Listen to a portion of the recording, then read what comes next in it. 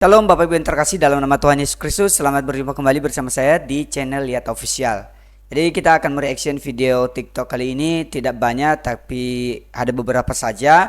Jadi saya rasa ya kita langsung aja ya ke nonton video-videonya.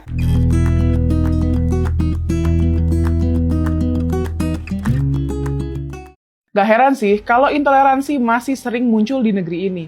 Soalnya ada aja ustadz dari agama mayoritas yang sok-sokan jadi hakim akhirat. Contohnya Ustadz Abdul Somad atau yang akrab dipanggil UAS. Dia bilang pejabat muslim yang ngasih izin rumah ibadah agama lain bakal dapat dosa jariah sampai kiamat. Pernyataannya terekam dalam video yang diunggah oleh akun tentang hidup 01 dan juga pernah disebar Abu Janda. Dalam video, UAS membaca pertanyaan dari jemaatnya. Bagaimana dalam agama Islam seorang muslim karena jabatannya dia memberi izin berdirinya rumah ibadah seperti kelenteng, gereja? Tanpa banyak mikir, UAS langsung jawab, dia dapat dosa jariah mengalir terus. Lalu dia menggambarkan bagaimana siksaan pada orang yang telah memberikan izin rumah ibadah agama lain. Setiap berbunyi teng, habis kau di belangku malaikat. Teng, kelompang, rasakanlah itu, ucapnya. Kebayangkan bagaimana ucapan kayak gini bisa bikin masyarakat makin terpolarisasi. Netizen juga banyak yang nyinyir, bilang kalau dalil yang dipakai UAS itu cuma cocok logi dan minim toleransi. Modelan begini pemecah belah bangsa, komentar salah satu netizen. Ustadz ini selalu menebarkan kebencian, tulis netizen lain. Nah, faktanya Islam justru nggak pernah melarang pembangunan rumah ibadah agama lain. Sebaliknya, Al-Quran dan sejarah Nabi nunjukin perlindungan terhadap gereja, sinagog, dan tempat ibadah lain. Ini tertulis jelas di dalam Quran Surat Al-Hajj ayat 40. Allah tidak menolak sebagian manusia dengan sebagian yang lain. Tentulah telah dirobohkan biara-biara gereja-gereja rumah-rumah ibadah orang Yahudi. Ayat ini clear banget. Allah menjaga eksistensi semua rumah ibadah. Nabi Muhammad juga kasih contoh nyata. Piagam Madinah tahun 622 Masehi menegaskan orang Yahudi dan Nasrani bebas beribadah dengan aman. Bahkan ada surat perjanjian dengan kaum Nasrani Najran. Isinya untuk mereka hak perlindungan Allah dan Rasulnya atas jiwa, harta, agama, serta gereja-gereja mereka. Kalau dalam logika UAS, Rasulullah jadinya ikut disiksa karena telah memberikan izin berdirinya gereja. Jadi sebenarnya nggak ada tuh cerita Nabi melarang bikin gereja. Makanya ngaco kalau UAS bilang pejabat yang izinin rumah ibadah lain bakal dosa jariah. Bahkan Al-Quran dan Nabi bilang rumah ibadah non-muslim itu harus dijaga. Kalau bicara rekam jejak, UAS emang sering bikin heboh. Tahun 2019 dia pernah bilang salib ada jin kafir. Dia juga pernah nyebut bom bunuh diri sebagai syahid. Jadi bukan pertama kali ceramahnya bikin masalah. Indonesia lahir dari keberagaman. Kalau pejabat ngasih izin gereja, vihara, atau kelenteng itu bukan dosa, tapi justru ibadah sosial karena ikut jaga kerukunan. Narasi dosa jariah ala UAS ini jelas nggak sesuai semangat rahmatan lil alamin. Dan lebih jauh lagi, itu kontradiktif sama spirit bangsa kita. Pancasila menekankan ketuhanan sekaligus kemanusiaan dan persatuan. Undang-Undang Dasar 1945 pasal 29 ayat 2 juga tegas jamin kebebasan tiap warga negara buat beribadah. Jadi kalau ada tokoh publik ngomong sebaliknya, itu bukan cuma melawan ajaran Islam yang sebenarnya, tapi juga melawan konstitusi negara. Justru pejabat yang adil itu ya yang ngasih izin pembangunan rumah ibadah buat semua. Itu pahala, bukan dosa. Bedakan mana yang bawa damai dan mana yang suka memecah belah. Indonesia terlalu berharga kalau dibiarkan rusak oleh narasi kebencian. Yuk kita lebih kritis, pilih panutan.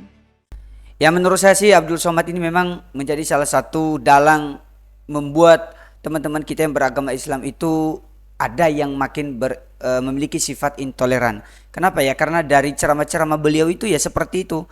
Dia tidak setuju soal untuk mengucapkan Natal, kemudian soal izin atau memberi izin pembangunan gereja ini yang seperti yang diutarakan tadi dalam video ini.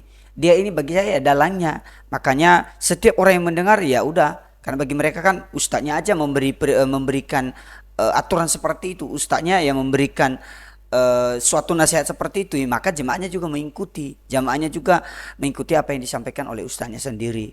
Jadi saya juga memang udah merasa lama menantikan bahwa gerakan-gerakan PCID ini berkomentar tentang beliau ini, karena udah rame videonya seperti ini, udah di share dengan beberapa akun dan nggak sadar juga gitulah. Oke, kita next. Saya juga sangat bangga Kak punya Bapak seperti Tuhan Yesus. Dia maha mengasihi, maha mengampuni, dan dia mengajarkan saya lebih dewasa, dan dia mengajarkan saya cara bertobat. Setiap bangun tidur, setiap mau tidur, saya selalu berdoa, terima kasih Bapak, Engkau telah menjadikan saya anakmu, dan Engkau mengajarkan saya kedewasaan. Walaupun hati saya sakit, tetap saya meminta pengampunan dan mengampuni orang yang bersalah sama saya. Terima kasih Bapak, Engkau telah mengajarkan saya bagaimana caranya saya mengampuni orang yang bersalah pada saya. Terima kasih, haleluya, dalam nama Tuhan Yesus, terpujilah namamu Tuhan.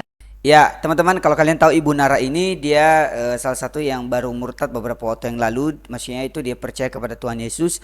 Dia dari sebelumnya beragama Islam. Dan kalian sudah tahu ya dengan Bang Edis, dengan Bu Yuli. Jadi dengan Bu Yuli kalau nggak salah waktu itu dia bersama-sama waktu dibaptis ya. Maksudnya Ibu Yuli yang membantu dia lah, atau yang menjadi mediator atau istilahnya. Saya kurang tahu juga ya, tapi tahu saya sih seperti itu berdasarkan video-video TikTok yang beredar. Oke, kita next.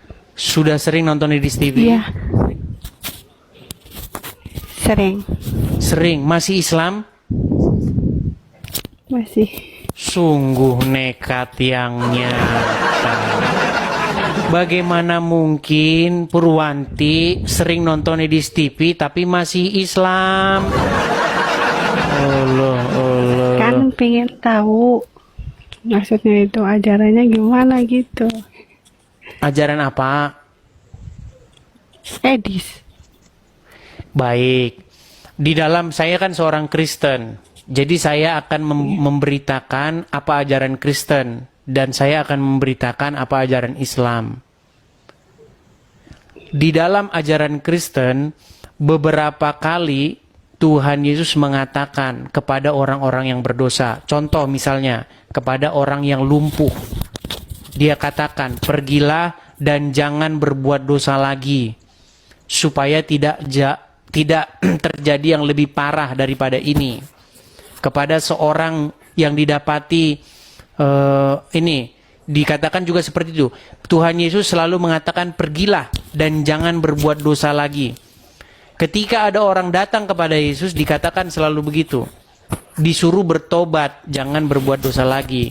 Nah, beda dengan ajaran Islam. Ajaran agama Islam itu kebalikannya. Kalau nggak bikin dosa, malah dimusnahkan sama Allah. Coba, Purwanti. Aku deg-degan Jangan deg-degan, jangan deg-degan. Coba, Purwanti, kira-kira Purwanti, menurut logika kamulah, mana yang lebih akan kamu ikuti? Ajaran Yesus atau ajaran Muhammad? Muhammad. Sungguh nekat yang Sebentar, Bang Edis. Gimana? Bang Edis mau nanya. Apa itu? Di luar jalur itu ya. Boleh? Keluar jalur. Ini kita selesaikan Enggak, dulu. di luar. Enggak, mau nanya. Kenapa? Oke lah, baiklah. Kalau, Apa? Oke, silakan. Mungkin kamu ganti tema, silakan. Kalau hari kiamat itu nanti menjelang kiamat, Nabi Muhammad itu kan yang terakhir ya. Kenapa nanti yang diturunkan kok malah Nabi Isa yang untuk membunuh Dajjal? Ya karena Muhammad sudah meninggal. Muhammad sudah ada di alam kubur. Iya, kenapa yang meninggal malah yang terakhir? Ya itu kan sudah saya upload di video saya. Makanya ketika kita belajar agama Islam, pastilah kita akan meninggalkannya. Coba ya, Purwanti. Menurut agama Islam, siapakah Nabi yang terakhir? Nabi Muhammad. Menurut agama Islam pula, siapakah Nabi yang akan datang? Maksudnya datang gimana? Nanti Nabi yang akan datang di akhir zaman dan membunuh Dajjal siapa? Nabi Isa. Berarti siapa Nabi yang terakhir? Nah, kan? Setiap satu statement di dalam agama Islam itu akan memukul kepala orang yang membacanya. Iya. Bagaimana mungkin kamu percaya Muhammad nabi terakhir, tetapi di detik yang sama kamu percaya akan datang lagi nabi setelah Muhammad, namanya Nabi Isa. Ya memang ya, seolah-olah apa isi di dalam kitab mereka itu ya menjadi pukulan tolak bagi mereka sendiri, seperti bahwa mengakui adanya nabi yang akan datang. Siapa itu? Ya, Nabi Isa. Berarti siapa nabi terakhir? Ya secara tidak langsung ya mereka mengakui kedatangan Tuhan Yesus Kristus, walaupun dalam konsep mereka tentu Isa dalam Alkitab dengan Isa yang dimaksud oleh mereka itu berbeda sekali gitu loh, berbeda dari nama ibu, kemudian lahirnya di mana, kemudian bentuk secaranya juga ada beberapa yang berbeda gitu. Jadi bagi saya tetap berbeda. Walaupun juga istilah Isa itu juga bisa digunakan dalam bahasa untuk orang Kristen yang merujuk kepada Yesus juga, tapi bukan berarti pribadi yang sama. Gitu. Itu tanggapan saya tentang hal itu. Oke, kita next lagi. Oh, ini dari Gerakan Peace ID lagi ya. Mari kita tonton. MUI lagi kebakaran jenggot gara-gara fenomena banyak warga yang mengganti kolom agama di KTP. Bukan pindah agama, tapi banyak warga yang memilih identitas kepercayaan kepada Tuhan Yang Maha Esa alias penghayat kepercayaan. Fenomena ini nggak sedikit ya, jumlahnya udah mencapai ribuan di berbagai daerah. Di Jawa Tengah, sepanjang 2025 ada lebih dari 6.300 orang yang resmi mencatatkan diri sebagai penghayat kepercayaan. Di Blitar, Jawa Timur udah 78 orang. Dan semua ini ada dasar hukumnya, yaitu putusan MK nomor 97 PUU 14/2016 yang menegaskan penghayat kepercayaan berhak dicatat di kolom agama KTP. Negara wajib mengakui, bukan maksa orang nulis agama yang nggak mereka yakini. Tapi MUI justru menolak keras. Untuk disebut agama, ada 3 syarat, ucap Ketua MUI Bidang Pengkajian Profesor Utang Ranuwijaya. Punya nabi, punya kitab suci, dan punya ritual serta tempat ibadah. Lanjutnya, menurut MUI, hal itu nggak ada dalam penghayat. MUI juga khawatir ada pencampuran ajaran yang bisa menyesatkan. MUI minta pemerintah konsisten, kolom agama cuma boleh diisi 6 agama resmi, dan kalau dibiarin, kata MUI, bisa dianggap negara ngebolehin orang nggak beragama yang dianggap bertentangan dengan Pancasila. Tanggapan MUI ini pun menuai kontra dari banyak netizen. Fun fact, punya nabi atau punya kitab atau punya ritual itu hanya persepsi dari agama Islam aja, tulis salah satu netizen. Nyatanya, Buddha Hindu nggak mengenal konsep nabi, tapi Buddha Hindu diakui sebagai agama-agama terbesar di dunia, lanjut netizen tadi. Biarkan WNI memilih agamanya sesuai keyakinannya, jangan dipaksakan, urusan dengan Tuhan adalah urusan pribadi yang hakiki, tulis netizen lain. LSM Pro Keberagaman Sejuk ikut buka suara. Mereka kritik keras sikap MUI yang nyamain penghayat dengan orang tanpa agama. Lewat unggahan di Instagram, mereka nulis, identitas kepercayaan terhadap Tuhan Yang Maha Esa adalah hak konstitusional. Sejuk bilang, menolak pengakuan ini sama aja melawan keputusan hukum tertinggi. Sejuk juga ngingetin pencatatan di KTP itu pintu masuk hak-hak lain. Kalau penghayat nggak diakui, mereka bakal susah akses pendidikan, kesehatan, pernikahan, sampai pekerjaan. Jadi bukannya melindungi, pernyataan diskriminatif MUI justru bisa melegitimasi ketidakadilan. Penting buat kita semua sadari, penghayat itu jelas diakui secara hukum. Pasal 29 ayat 2 UUD 1945 menjamin kebebasan penduduk buat memeluk agama dan kepercayaan. Cuma di lapangan kesetaraan antara pemeluk agama dan penghayat kepercayaan enggak berjalan, terutama sejak Orde Baru. Penghayat kepercayaan sering jadi korban diskriminasi negara. Mereka dipaksa harus mengisi 1 dari 6 agama yang diakui di kolom agama KTP. Padahal mereka bukan penganut salah satu agama tersebut. Kalau kolom agama mereka dikosongkan, segala dokumen publik mereka akan ditolak. Dampaknya, mereka nggak bisa mengakses pendidikan, kesehatan, pernikahan, sampai pekerjaan. Makanya perjuangan penghayat kepercayaan soal kolom agama di KTP ini sebenarnya perjuangan mendapatkan martabat. Buat kami di Gerakan Indonesia untuk Semua atau PIS, isu ini bukan sekedar administrasi birokrasi. Konstitusi dan putusan MK sudah jelas mengakui penghayat kepercayaan. Jadi, membatasi mereka sama aja melawan semangat UUD 1945 dan putusan MK. Indonesia lahir dari keberagaman, dan penghayat kepercayaan adalah bagian sah dari bangsa ini. Narasi yang nyamain mereka dengan gak beragama jelas keliru, termasuk narasi yang merendahkan apa yang mereka percayai dibanding dengan apa yang dianut 6 agama yang diakui. Itu adalah sikap arogansi beragama yang sebaiknya ditanggalkan di negara yang beragam. Sebaliknya, pengakuan kepercayaan bikin data kependudukan kita lebih akurat dan adil. Dan keadilan hanya bisa dicapai ketika setiap kelompok sosial diberi ruang yang setara. Yuk kita jaga Indonesia agar ramah untuk semua. Sebenarnya ada yang berkomentar di kolom komentar, justru umat kepercayaan yang, maksudnya yang mereka yang menganut kepercayaan itu, justru mereka mengatakan bahwa kami merasa adem karena kami tidak pernah melarang orang lain beribadah, kami tidak pernah menutup gereja orang, kami tidak pernah menolak pembangunan ibadah orang lain atau pembangunan gereja, rumah ibadah orang lain maksudnya. Ya, bisa jadi ya mereka ketar-ketir karena takut banyak orang yang pindah agama atau pindah dari agama Islam ke agama lain. Tapi seharusnya kalau mereka adalah orang-orang yang kuat iman, mereka adalah orang-orang yang memiliki dasar yang teguh untuk agama mereka sendiri, harusnya mereka nggak perlu takut dong. Contohnya dalam kekristenan. Kalau seandainya orang Kristen itu ya banyak yang mungkin ya, bukan berarti kita meminta, banyak yang meninggalkan Tuhan, ya udah, memang mereka sudah bukan pilihan Tuhan gitu loh.